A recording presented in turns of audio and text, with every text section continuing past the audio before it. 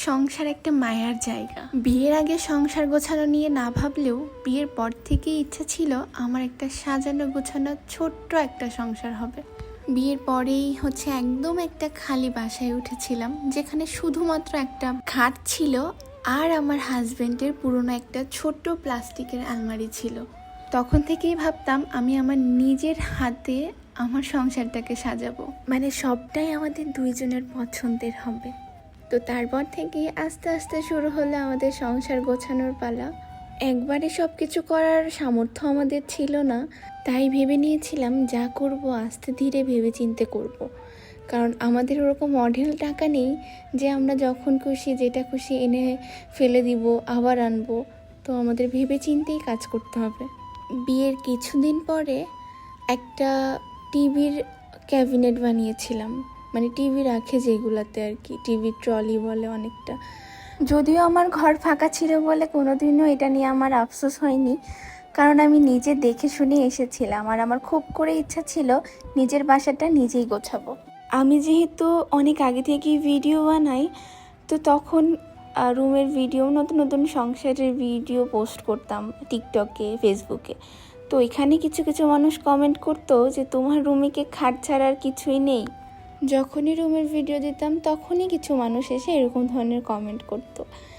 তখন আর কি ওনাদেরকে আমি কোনো উত্তর দিতে পারিনি যে আমার হয়তো সামর্থ্য নেই, এই জন্য আমি কিছু বানাতে পারিনি। ভগবান যেদিন সামর্থ্য দিবে সেদিন অবশ্যই আস্তে ধীরে করব। তারপরে আস্তে আস্তে একটা খাট, একটা আলমারি, আরও একটা আলমারি, শু rack, sofa, dining table, fridge, যাবতীয় সবই কিন্তু আস্তে আস্তে করে ফেলেছি। আর সবটাই কিন্তু আমাদের দুইজনের পছন্দের করা। যেহেতু সংসারটা আমাদের দুইজনের, তো সংসারের যাবতীয় জিনিস পছন্দ করা আমাদের দুইজনের কাজ। সংসার গোছানো কোনোদিনই মানুষের শেষ হয় না, তারপরও এখন মোটামুটি পরিপূর্ণ আমার রুম। আগে ছোট্ট একটা বাসায় থাকতাম, ছোট না ঠিক, বাট 2 রুমের, এখনকার বাসা থেকে ছোট।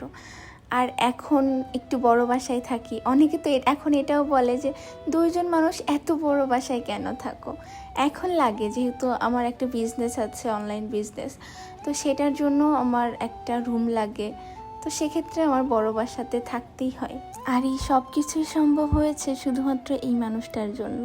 আমার লাইফের শখ, স্বপ্ন সব কিছু কিন্তু সেই পূরণ করে, আর না পারলেও চেষ্টা করে, অনেক অনেক চেষ্টা করে। ভগবান চাইলে হয়তো সামনে আরও কিছু করতে পারবো।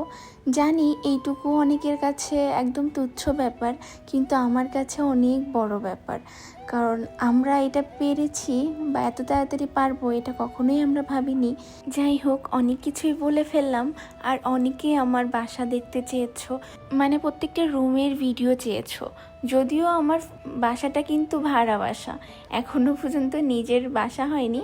যদিও নিজেদের বাড়ি আছে গ্রামে, কিন্তু ঢাকায় তেমন কোনো কিছু করা হয়নি এখনও। যদি ভগবান চায় তাহলে কোনো দিন হয়তো হবে। খুব তাড়াতাড়ি বাসা গুছিয়ে তোমাদের সামনে ভিডিও নিয়ে আসার চেষ্টা করব। সবাই ভালো থেকো, সুস্থ থেকো, আর আমাদের জন্য অনেক প্রে করো।